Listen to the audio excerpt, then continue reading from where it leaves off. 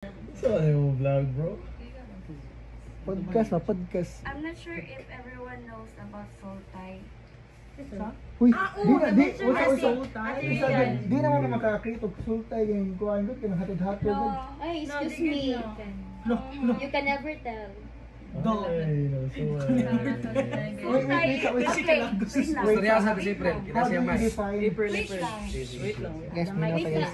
Sultay is not just about sexual, like sexual lang nagasultay mo yan.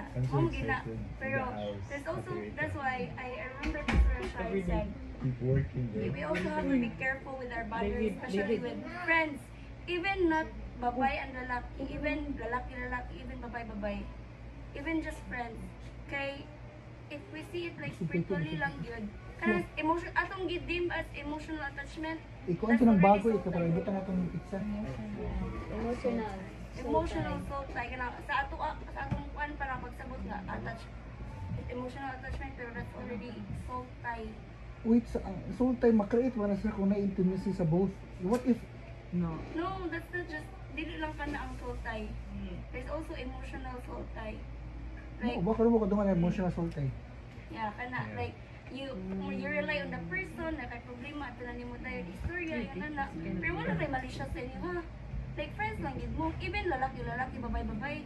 But in spiritually di ay nanay sultay.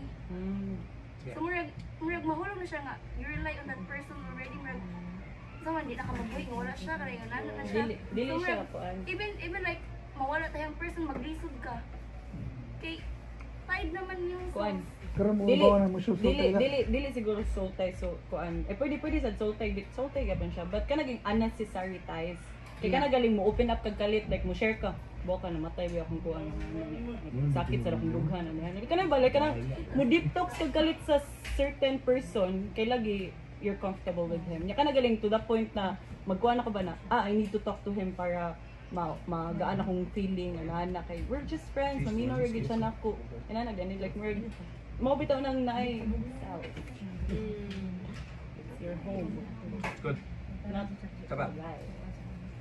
sige, defend yourself. This is defense. Wala mo ni defend. Kana na ba na? Ang kuan ang akong